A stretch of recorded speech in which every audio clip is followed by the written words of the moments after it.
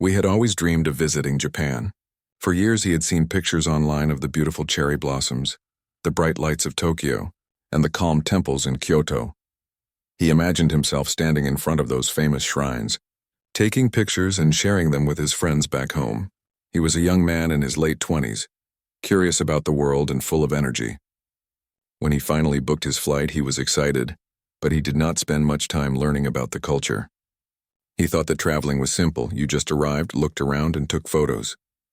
He believed that as long as he had money and a camera, everything would be fine. When his plane landed in Japan, he felt thrilled. The airport was very clean and organized. Signs were clear and people stood in quiet lines.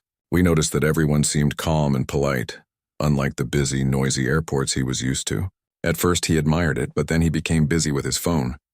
He started a live video to show his followers that he had reached Japan. "Look everyone, I am finally here," he said loudly, holding his phone high. Some people nearby glanced at him with puzzled faces, but he did not notice. He was too happy to share every moment with his online audience. Wei's first destination was a famous temple in Kyoto. He had read that it was one of the most visited places in Japan. The photos online showed red gates, stone pathways, and tall trees. He thought it would be the perfect spot for his videos. When he reached the entrance, he saw a crowd of visitors. Most of them were Japanese, but there were also tourists from different countries. At the gate stood a guard in uniform. The guard had a calm but serious expression. He spoke softly to people as they entered, reminding them of the rules. "Please remove your shoes before entering the inner hall," the guard told one group. "Please keep quiet. This is a sacred place." The visitors nodded politely and did exactly as he said. Wei noticed the guard but did not pay much attention. He was more focused on capturing the entrance for his live stream. He walked slowly, holding his phone out, describing the place to his viewers. The guard looked at him and gestured for him to stop for a moment. "Sir, please pay attention," the guard said in English. But Wei only smiled at his phone and walked on. His followers filled the chat with comments like, "Wow, it looks amazing," and "Show us more inside." Wei wanted to impress them, so he continued. The guard repeated his request, pointing at the signboard near the gate. The board clearly showed pictures of shoes with a red cross over them, a finger over lips for silence, and arrows showing the path to follow. Wei gave it only a quick glance and kept walking. To him, these seemed like small things. He thought, "Why should I bother? I am only here for a short time. They won't mind one tourist breaking a rule." He was unaware that to the Japanese these rules were very important, not just for the temple but for their culture as a whole. As he stepped further in, Wei noticed people bowing slightly before entering. Some even closed their eyes for a moment of prayer. The atmosphere was calm and almost magical. Birds sang in the trees, and the sound of footsteps on the stone path echoed softly. But Wei's voice broke the silence as he spoke into his phone. "Everyone, look at this place. Isn't it beautiful? I am the first among my friends to come here." He laughed loudly, not realizing how out of place it sounded. Several visitors turned their heads. A mother gently placed her finger on her child's lips, signaling him to stay quiet. Wei finally noticed the guard behind him again. The guard walked closer and said more firmly, "Sir, please follow the rules. Shoes must be removed. This is a sacred area." The guard's tone was still polite, but there was a firmness in his eyes. Wei felt a little embarrassed, but instead of correcting himself, he shrugged. He thought, "This is not such a big deal. I will just go in quickly, record a video, and leave." He waved his hand as if brushing away the guard's words, then walked toward the intersection. As he stepped onto the wooden floor with his shoes still on, a few Japanese visitors gasped softly. They did not shout or make a scene, but their expressions showed surprise and disapproval. To them, entering a sacred hall with shoes was a sign of great disrespect. Wei, however, did not notice. He was too busy adjusting his phone camera. He even spoke to his viewers about how nice the wooden floor looked, completely unaware that he was breaking one of the most important customs. Meanwhile, the guard followed him closely. The guard's duty was not just to protect the temple, but also to maintain the peace and respect of the place. He could not allow anyone to disturb the harmony. The guard raised his hand, signaling Wei to stop again. Wei turned slightly annoyed and said, "I'm just looking around. Don't worry." His tone was casual, almost dismissive. The guard's face grew more serious but still calm. He spoke slowly so that Wei would understand. "Sir, please respect this place. You must remove your shoes and lower your voice. This is not only a rule, it is a matter of respect." For the first time, Wei felt the weight of the guard's words. He looked around and saw the other visitors staring at him. They were not angry, but their quiet eyes made him feel like he was out of place. A Japanese elderly man nearby shook his head gently as if disappointed. Wei quickly laughed into his phone, trying to hide his discomfort. "It's okay, everyone. Just a small thing," he told his viewers. But deep inside, he started to feel uneasy. This was only the beginning of his troubles, but at that moment, Wei did not fully realize it. He still thought that being a tourist gave him freedom to do whatever he wanted. He still believed that ignoring a guard was harmless. He did not know that in Japan, such small actions could carry serious meaning, and that respect was more valuable than money or social media likes. That morning at the temple, Wei had stepped into a cultural world very different from his own. He was eager to see beauty, but he was blind to the values that protected it. He wanted to capture memories, but he was already creating the wrong kind. And as the guard stood firmly in front of him, Wei's careless attitude was about to lead him into deeper consequences, ones that he would never forget. Wei stood in the middle of the temple hall, still holding his phone high. His followers were sending excited comments on his live stream. They asked him to show every detail, the carvings, the lamps, the altar at the far end. Wei, eager to impress them, moved forward quickly without noticing that the wooden floor creaked louder under his shoes. The sound broke the still silence. Some visitors stopped their quiet prayers to glance at him. Their eyes were not full of anger, but of surprise and disapproval. For them, the temple was a place of peace, not a stage for someone's online show. The guard followed close behind. His steps were steady, his face serious. He raised his voice slightly, though still controlled. "Sir, please remove your shoes now. This is the last reminder." But Wei, caught up in his phone screen, only gave a short laugh and waved his hand as if brushing away the warning. He muttered into the camera, "The guard keeps stopping me, but I just want to show you everything." "It's fine. Nothing serious." His words, though meant for his viewers, carried into the quiet hall, disturbing the peaceful air. The guard then stepped in front of him, blocking his path toward the altar. Wei frowned and stopped, lowering his phone for a moment. "Why are you stopping me?" he asked in a frustrated tone. The guard pointed to the floor where a small sign in English clearly read, "Shoes must be removed." Then he gestured toward the racks near the entrance where other visitors had left their shoes neatly. Wei sighed loudly, annoyed that he was being slowed down. He felt embarrassed because his livestream audience was watching. He wanted to appear confident and free, not like someone being scolded. Okay, he said quickly, slipping off his shoes but still holding his phone. He placed them carelessly to the side, not aligning them neatly like the others had done. He then stepped forward again, walking toward the altar. For a moment, the guard allowed him to proceed, hoping that Wei would now understand. But Wei's mistake was not only about the shoes. As he approached the sacred area, he began speaking again into his phone in a loud voice. He laughed, joked, and gave running commentary. "Look at this, amazing. I'm right at the front." His words echoed through the wooden hall. The sound was sharp against the quiet prayers of the Japanese visitors. A mother gently tugged her child closer, guiding him to bow his head again. An old man closed his eyes, trying to ignore the distraction. Wei was blind to the atmosphere. His focus remained on his camera lens. He decided to walk toward a small side passage that looked less crowded. A rope barrier stood across it with a clear sign that said, "Restricted area, staff only." The rope was low and simple, not heavy or locked. To Wei, it looked like just a suggestion rather than a rule. He thought, if I go there, I'll get better pictures. Nobody will mind. My viewers will love it. Without hesitation, he lifted the rope slightly and stepped across. Gasps came from behind him. A few visitors whispered to each other in surprise. The guard's expression tightened and he immediately moved forward. His voice grew sharper, though still respectful. "Sir, stop. That area is forbidden," he called out. Wei, instead of stopping, raised his phone higher and said to his audience, "Look, I found a secret place. Let's see what's inside." He smiled proudly, believing he was discovering something special. The guard quickly stepped in front of him again, this time standing firmly with both hands raised. Wei nearly bumped into him. "You cannot go further." "Please step back now," the guard said, his tone low but firm. Wei frowned again, annoyed at the interruption. Why not? I'm just recording, he argued, waving his phone. The guard did not move aside. Instead, he pointed clearly at the rope and the sign, repeating slowly, Restricted. Staff only. Not allowed. The crowd had grown silent, watching closely. Japanese visitors stared at Wei with serious expressions. Their eyes were not full of anger, but of deep disapproval. They could not understand why someone would ignore such simple, clear rules. To them, respecting signs and following directions was natural. Wei's behavior seemed childish, even shocking. Some foreign tourists also looked uncomfortable. A few even began to record the scene on their own phones, sensing that it might turn into trouble. Wei felt pressure. The weight of all those eyes made him sweat.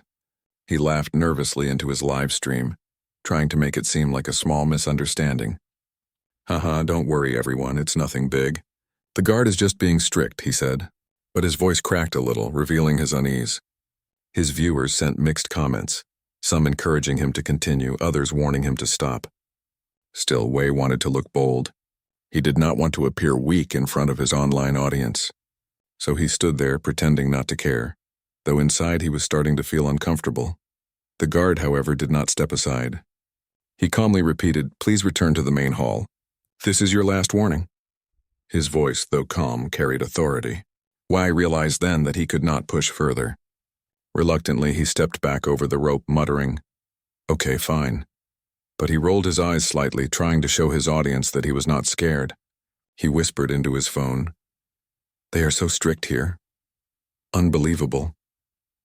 When he returned to the main area, the atmosphere was different. The visitors' quiet respect had turned into cautious glances. We felt their eyes on him, judging him.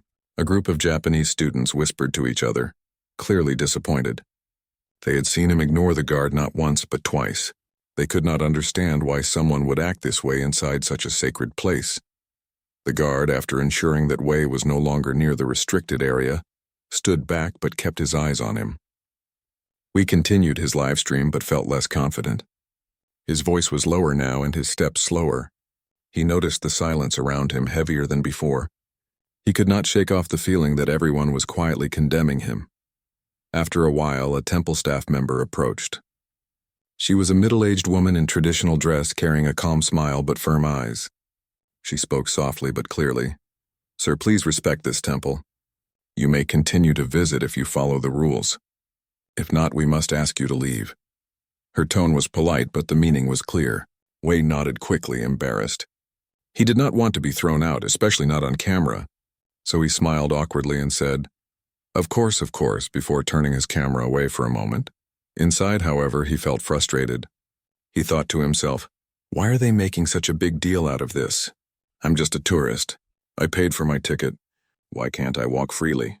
He did not yet understand that in Japan, paying money for entry did not mean one could ignore tradition. Respect mattered more than payment. That day, Wei had crossed lines he did not even see. To him, they were just small rules. But to the Japanese, they were symbols of something larger: respect, harmony, and discipline. The guard had shown patience but also firmness, reflecting the values of the place. Wei, however, was too caught up in his own image to realize how serious his actions appeared. As he walked back toward the main gate, he noticed more visitors staring at him. Some even whispered, recording short videos of him on their phones. He tried to act as though nothing happened, but deep down he felt a sting of shame. His live stream audience was buzzing with comments, some cheering him on, others criticizing him. Wei was beginning to realize that what seemed funny online was not funny in real life. The guard's calm but steady presence had left an impression. Though Wei laughed it off, his heart was uneasy. It was only the beginning of the consequences, and he had no idea how much further his careless actions would go.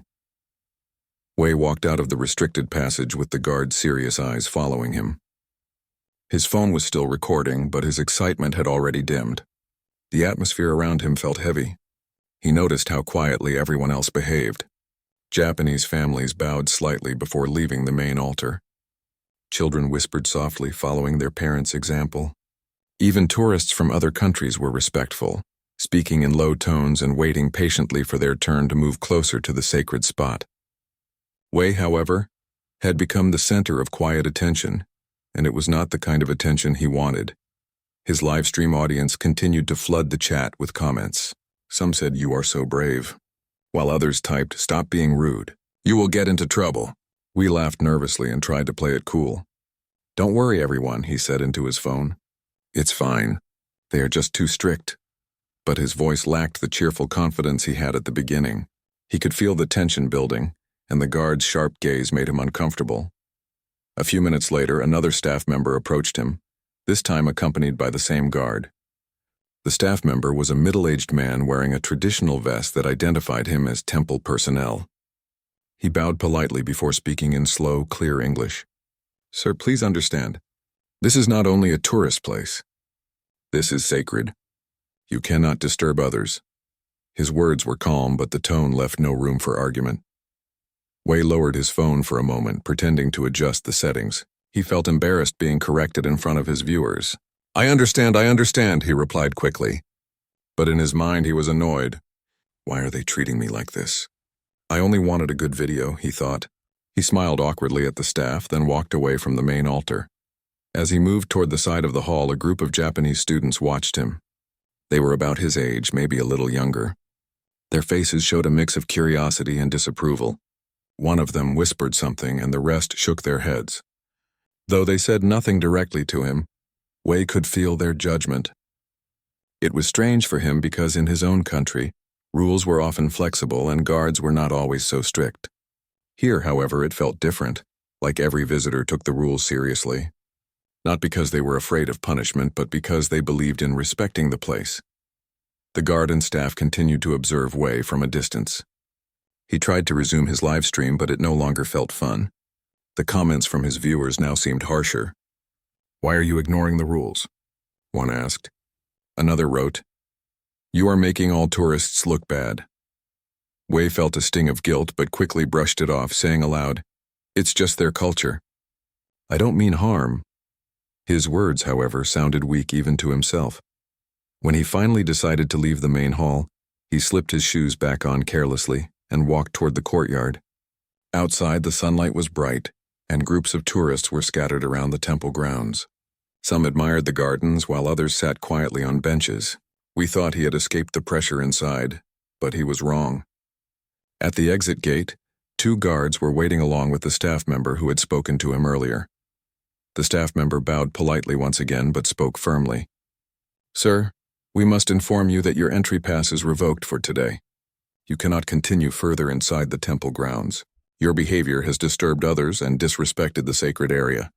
As he walked along the stone path, the atmosphere felt different. The shrine was peaceful, the air cool under the shade of tall trees. Birds chirped, and the sound of water from the fountain trickled softly. We felt calm, almost relieved. No guard had to stop him. No one looked at him with disapproval. He blended in with the crowd, not as a showman but as a respectful guest. He realized that this was what he had missed before.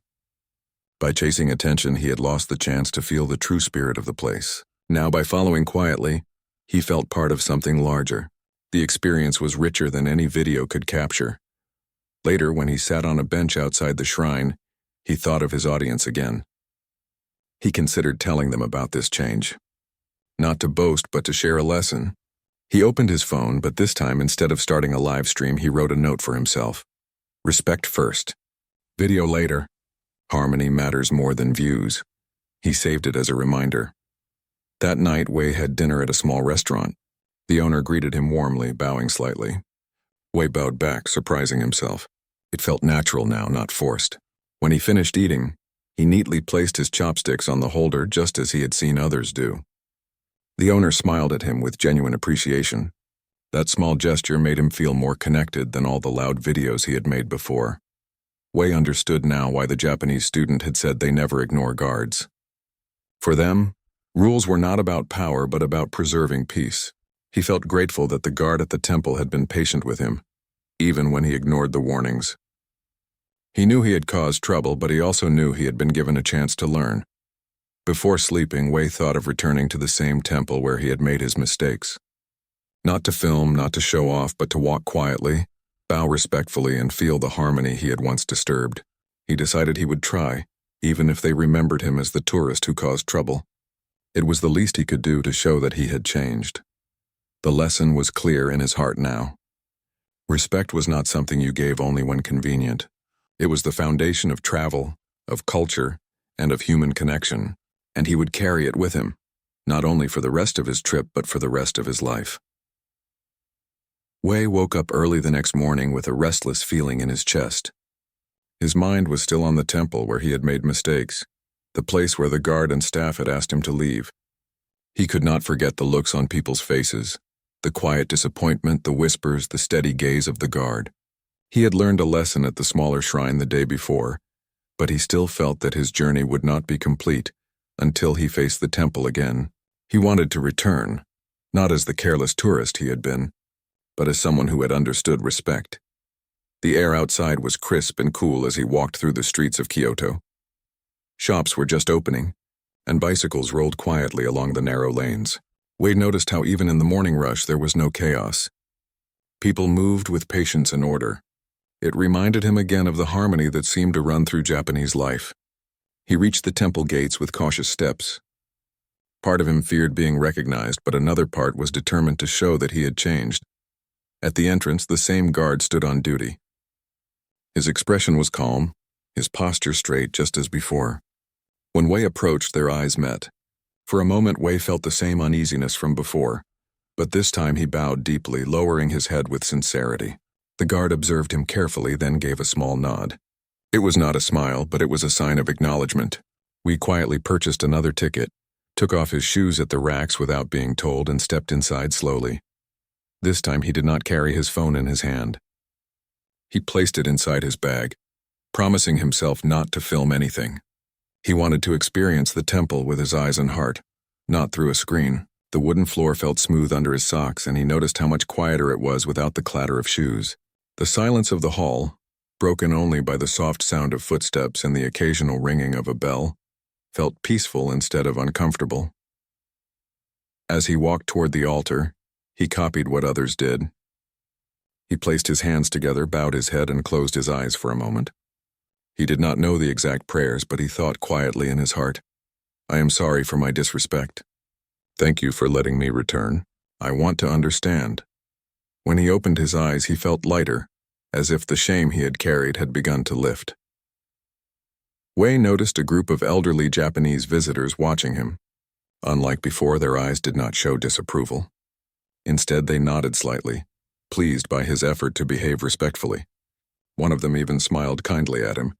That simple gesture made Wei feel welcome, something he had not felt on his first visit. He continued through the temple grounds, moving slowly and carefully.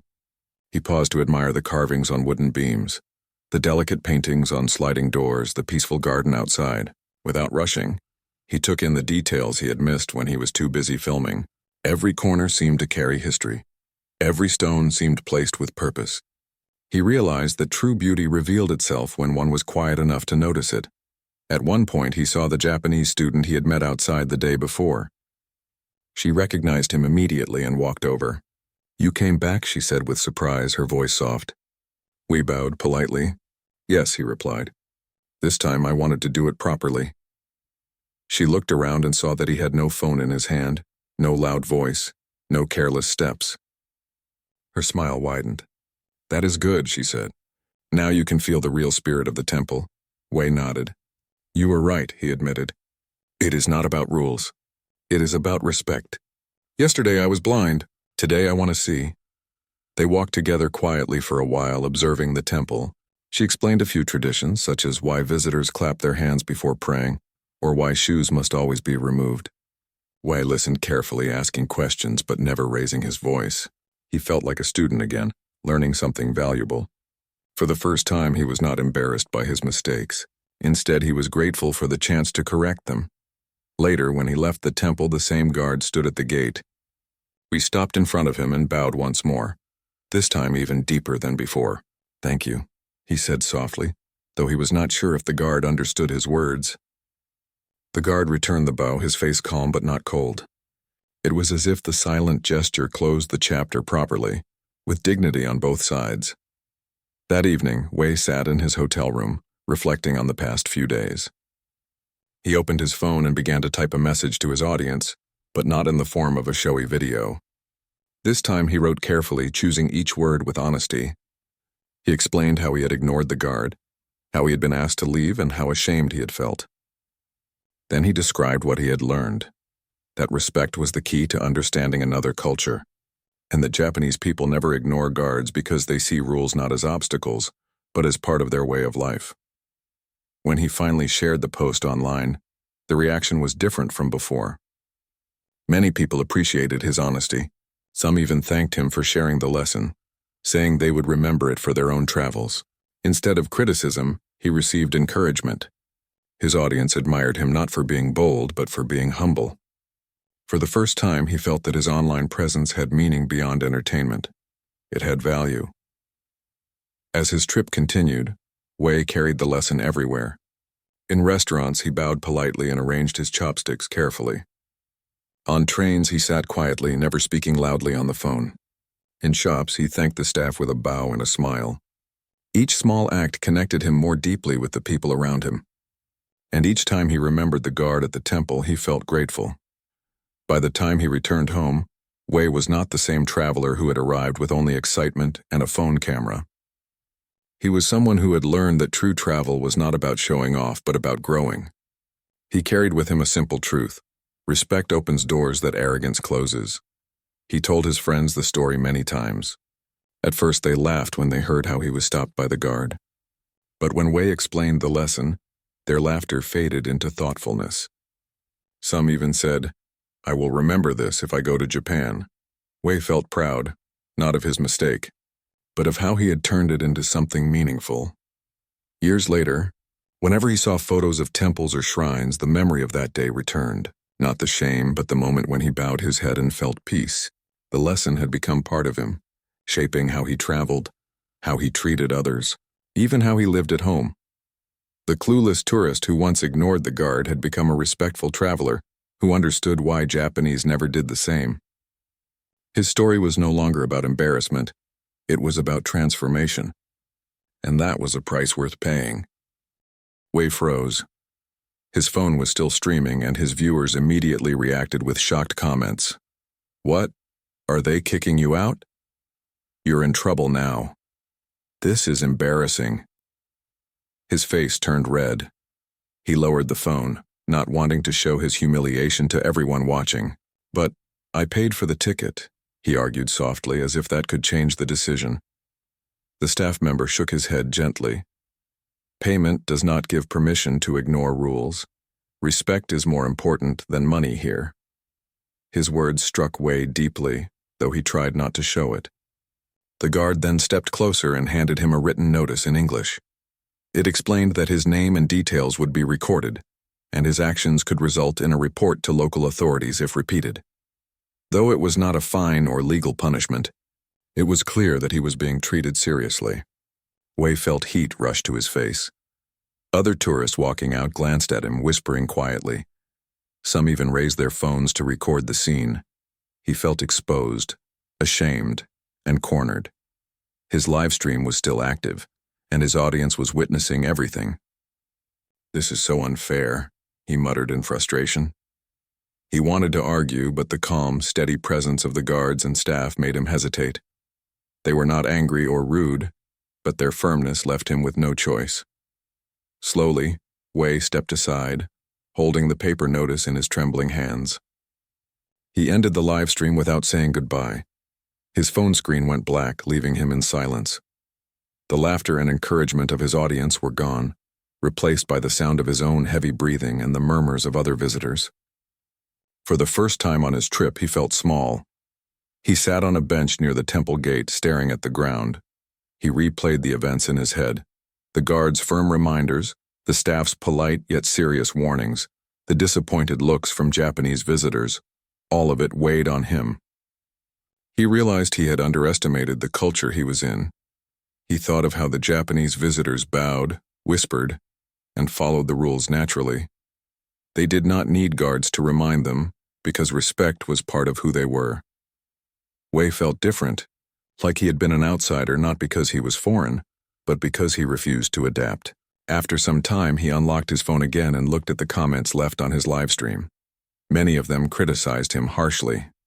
"You embarrassed yourself," one said. "Now people will think all tourists are like you." another added. There were a few supportive comments, but even those sounded hollow. Wei's chest tightened as he realized that his attempt to impress had backfired badly. Instead of gaining admiration, he had gained shame. The temple staff had not fined him or called the police, but the humiliation itself felt like punishment. We thought of how different things might have been if he had listened to the guard the first time. If he had simply removed his shoes and lowered his voice, none of this would have happened. Instead, he had ignored warnings and tried to act bold, only to be humbled in front of everyone. The more he thought about it, the more he understood why Japanese people never ignored such rules. For them, it was not fear of punishment, but a natural sense of respect for tradition, for each other, and for places of meaning. To break those rules was not just an individual mistake, but a disturbance to the harmony everyone shared. We realized that he had entered a culture where respect was not optional but essential. That afternoon, Wei left the temple grounds quietly. His steps were slower, his phone remained in his pocket, and his mind was heavy with regret. The guard at the gate gave him one last polite bow, not of anger but of closure. It felt like a silent reminder that respect must come before pride. Wei returned to his hotel that evening with no new photos, no cheerful videos, only a lesson that weighed more than anything else he had carried on his trip. Wei sat alone outside, the temple gate long after most of the visitors had left. The sun had shifted higher in the sky, casting warm light across the stone courtyard. He watched families walk out together, bow politely to the guard, and continue on their way. None of them looked frustrated. None of them looked embarrassed. They seemed peaceful, as if visiting the temple gave them not just pictures but a sense of calm.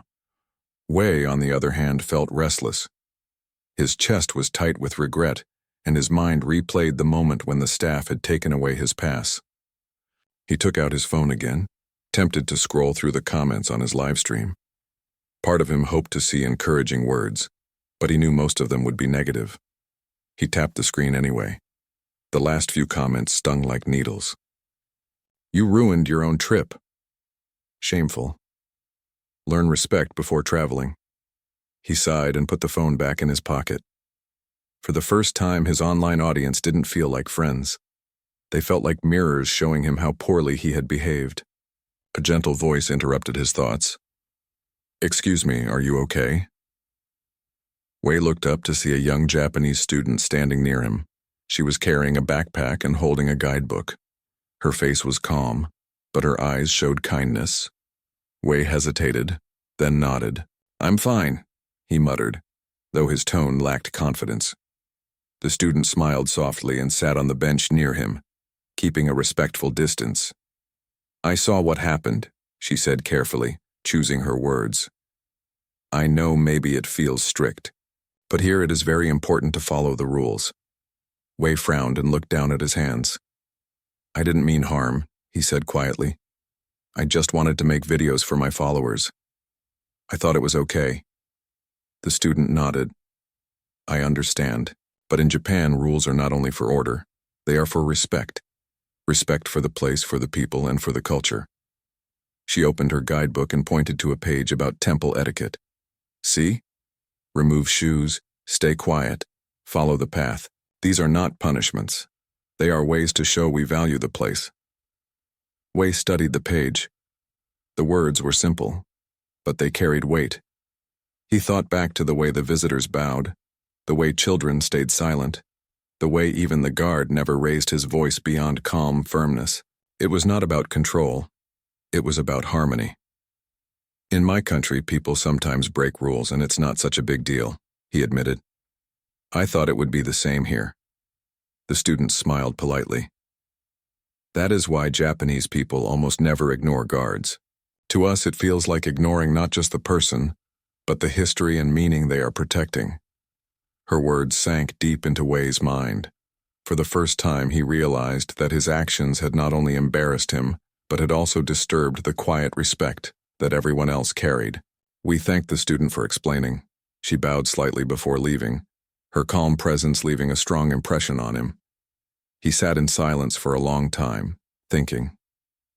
Slowly, he began to understand that traveling was not just about seeing new places but also about understanding them. He had come to Japan with excitement but without preparation. He had ignored signs, guards, and traditions, and now he was paying the price, not with money, but with shame. That evening, Wei returned to his hotel. The streets of Kyoto were alive with lights and soft chatter, but he hardly noticed. His mind was still on the temple. Inside his room, he looked at the videos he had recorded. For the first time, he did not feel proud. The laughter, the loud voice, the dismissive gestures, it all looked out of place. He cringed, watching himself wave off the guard as if the rules were unimportant. He realized that if he uploaded these videos, people would not admire him. They would criticize him even more. Wei closed his phone and sat by the window. Outside, he could see people walking along the street in an orderly flow, even crossing the road. They waited patiently for the signal, no one rushing or ignoring the light. He realized that this sense of respect and discipline was everywhere, not just in temples. It was part of everyday life in Japan. The next morning, Wei decided to try again. He chose another cultural site, a smaller shrine near the city. This time, he promised himself he would do things differently. When he arrived, he put away his phone. He watched how others behaved before making any move. He saw people bow at the torii gate before entering. He copied them, bending slightly with sincerity. He noticed a sign asking visitors to cleanse their hands at a small fountain. He followed carefully, washing each hand and rinsing his mouth as instructed. For once, he was not thinking about his online audience. He was thinking about respect.